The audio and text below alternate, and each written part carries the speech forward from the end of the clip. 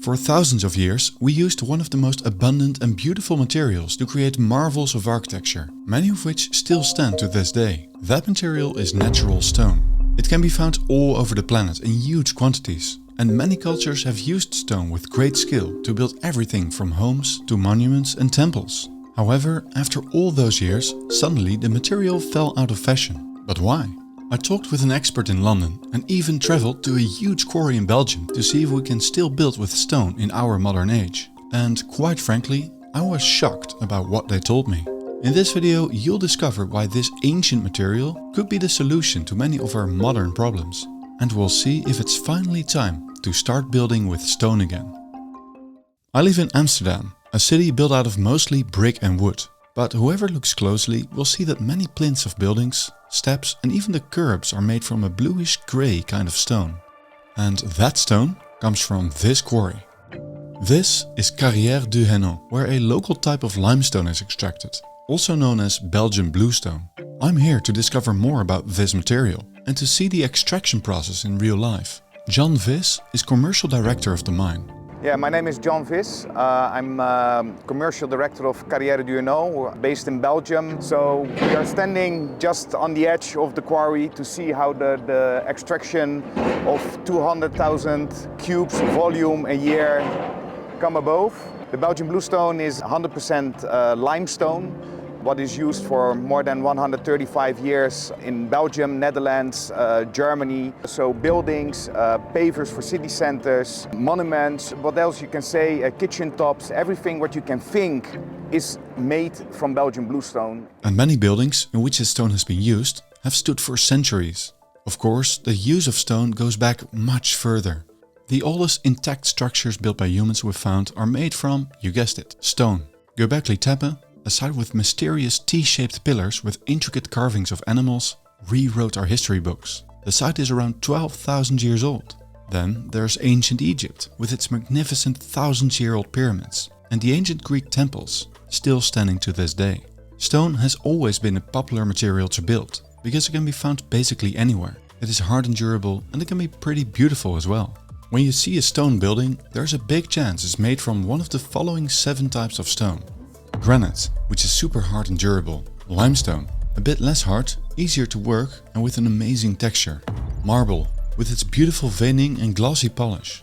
Sandstone, composed of sand-sized particles with a rustic look. Slate, which is split into thin sheets and is often used for roofing. Basalt, which is dense, wear-resistant and amazing for cobblestones. And finally travertine, a bit more porous, which you will find everywhere in Rome. The beauty of stone is that using stone from local quarries gives a city or town its character and identity. The use of stone has declined, however. In the 20th century, a construction industry was set up that revolves mostly around one material, reinforced concrete. In my video on that topic, you learn how destructive that has been. For example, it has spawned a sand mafia that disrupts fragile riverbank ecosystems by stealing the sand from them. Reinforced concrete causes extreme emissions and it doesn't even last long. That we started building with concrete had everything to do with a post-war economy, where building quickly and cheaply was seen as most important. But also with architects who loved concrete as it gave them so much design freedom. And now that the slow-moving, risk-averse construction industry has been fully adapted to its use, there seems to be no way back. Or is there? People are realizing that it is smarter to move on to more durable materials that can be found locally. Building with timber is all the hype these days.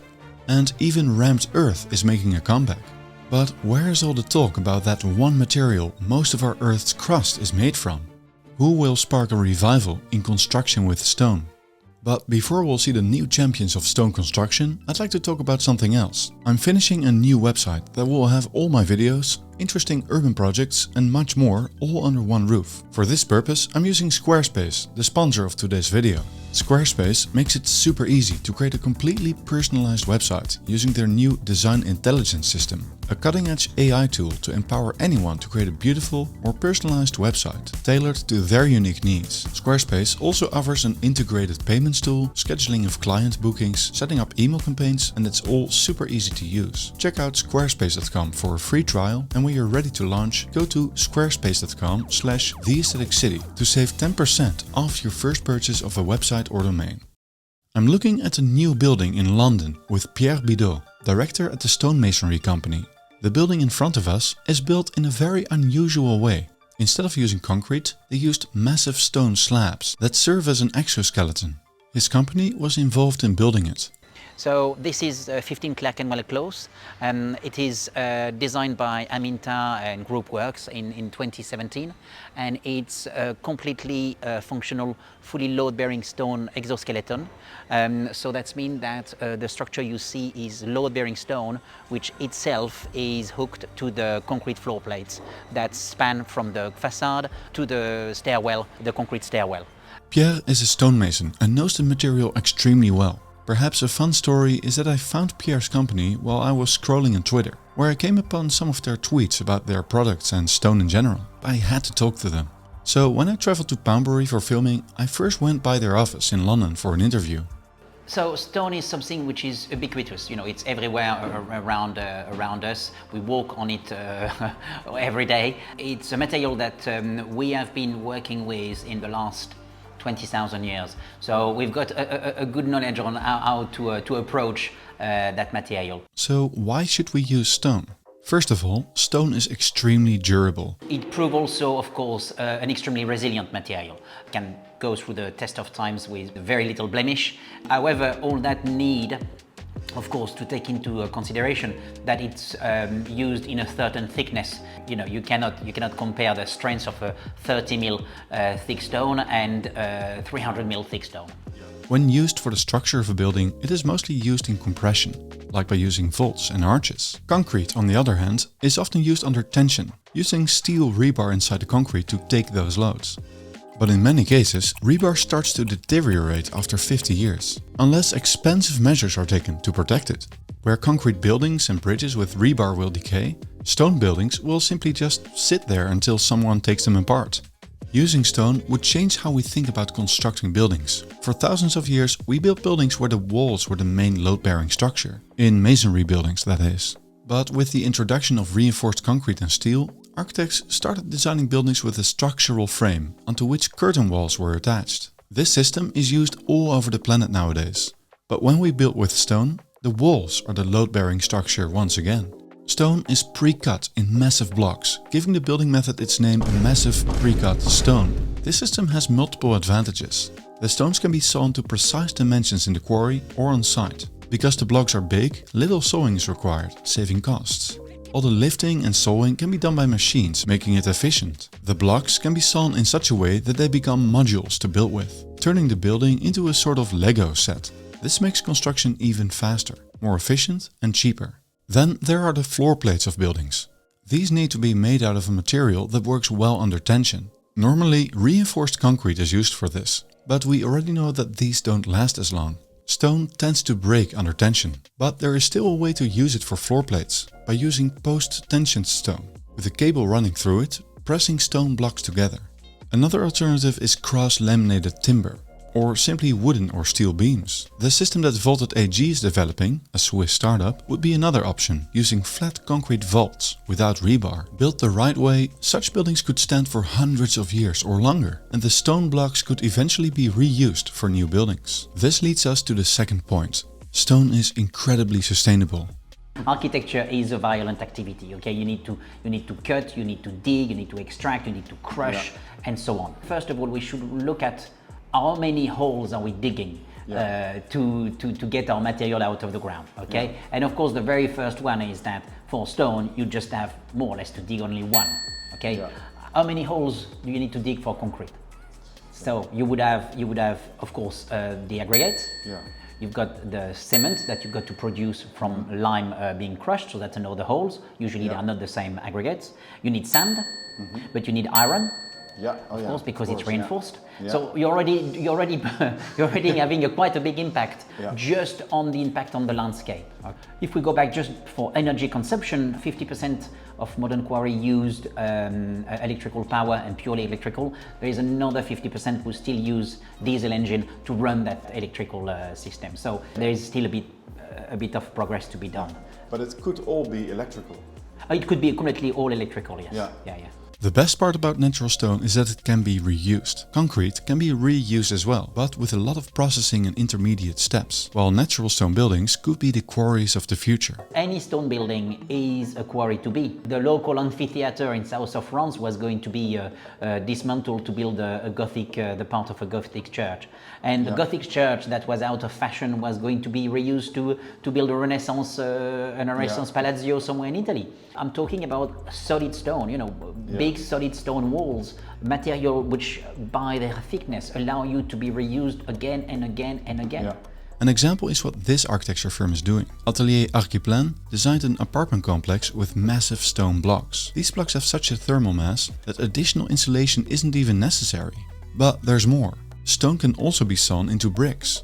And these bricks are a low-carbon alternative to traditional kiln-fired bricks. Finally, there's the element of beauty, of course. Most stone, even the more rough and coarse types of stone, are just incredibly beautiful. Think of the Bath limestone. This honey-colored stone is a freestone, which means that it can be cut and squared up in any direction. Stone often has that natural pattern or texture that people crave and like, and it feels good to the touch. And we haven't even talked about all the opportunities of carving stone, by either craftsmen or even by machine, like Monumental Labs is doing in New York City. With ornament carved out of stone, buildings can display their beauty for millennia. So with all these advantages of natural stone, I can hear you wondering, is there really no drawback at all? The first question is there enough stone? There is 15 miles deep crust of stone under our feet, all around the earth, so we've got a bit of margin. Will we run out of stone? No, we will not run out of stone, and most importantly, we can reuse the stone that we have already here, because any stone building is a quarry to be. So apparently there's plenty of it. The next question is, can it be used for tall structures? Well, yes. In France after World War II, they built this 16-story tower in Marseille out of solid stone blocks. And in Algeria, the same French architect Fernand Pouillon built a 20-story totem tower. And making even taller towers should be possible. Just look at the Cologne Cathedral, which is built out of stone, reaches 157 meters. Of course, the question is if we really need to build this tall, but if we want to, it's possible. But I already know what the greatest argument against stone would be.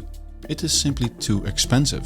But is that really true? For the last 20 years, there's a huge amount of new architects who decided to look at the use of stone, which I call myself, you know, sort of unsexy stone, which, you know, cannot be used for cladding in rich area from the city of London to busy district in New York, and that can be used as a pure construction material.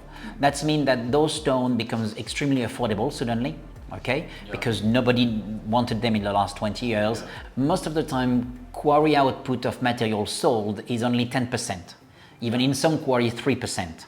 Okay, so you've got left over 90 to 95% of stone unused. That can go from a beautiful granite from the north of Europe with just a line of white in the middle. We suddenly make it totally unusable. Sometimes we are, in the market, we are checking how the price level is of natural stone. But if you compare it with a sintered material, sometimes even natural stone is cheaper to buy than the sintered materials. But the thing is that behind some brands of ceramics or composites, there are brands who are pushing a lot in marketing.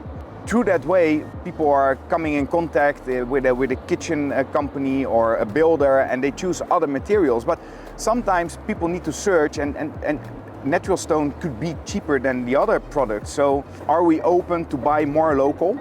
And if we're all buying more local, then we can also drop the price a little bit, because that helps us. If you have volume, then you can drop your price and everybody is happy.